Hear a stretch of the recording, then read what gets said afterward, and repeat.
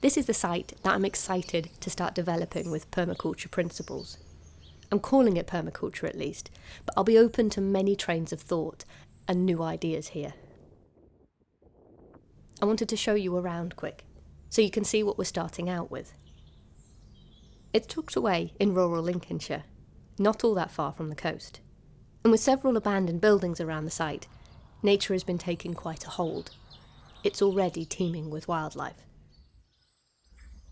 This site has seen agriculture change over centuries, and I like to think that it could have a special place in helping us to understand how our future needs might be met in a very different way. The barns certainly show their age, and they'll be receiving plenty of attention soon.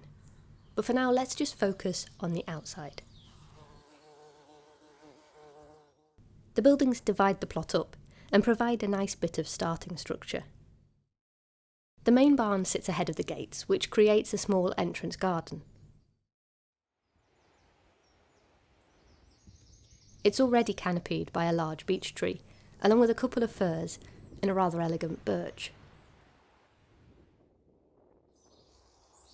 It's a sheltered zone that receives the evening sun filtered through the trees, giving a wonderfully tranquil light. Tucked to the side of the barn, next to the site boundary, is a horse wash. When horses pulled ploughs, all that time ago, the clay soil would be washed off their legs here.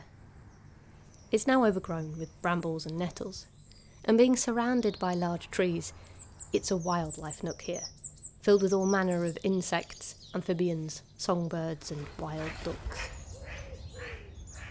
The entrance to the site is on the northeast, and it's a boundary that's lined with shallow brick buildings. Ahead of these are dilapidated cattle stalls, which mark the footprint of a possible future home. The sheltered grounds created between the two banks of buildings provides a large front garden. There's no mature trees here, but I have made a start at marking out some of the beds. And I've also planted some fruit trees that are integrated into a mulch pit, which will handle some of the site's grey water. It's become a bit of a dumping ground for old building materials too, but they'll definitely be useful when it comes to making paths and the like. To the south of the main barn, a 6-foot brick wall stretches out and forms a generous courtyard. And beyond this further is the Backfield. Being the largest space, this is the most difficult to lay out design-wise. A blank canvas can leave too many options. But there's plenty of natural features to help define starting points. The northwest side is its very own tiny woodland.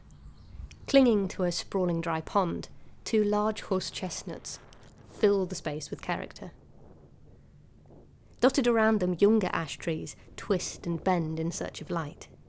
I had a couple of these removed recently, to try and protect the most elderly horse chestnut. Decades of fallen branches, leaf litter and the comings and goings of that groundwater make this site a fertile haven filled with rich humus and bursting with microorganisms. To the southeast, the Backfield has a handful of maturing trees, but is mostly open space. Hard clay soil, fertilised with the odd bit of grazing, littered with the odd pile of rubble, open and exposed to a neighbouring cropped field. This is where subdivision to make further microclimates requires a little more thought. I've made a start with the design on paper, and in the meantime I've been at work planting up a hedge along the back boundary. There's a mix of species in here. They should cope fairly well with the exposure.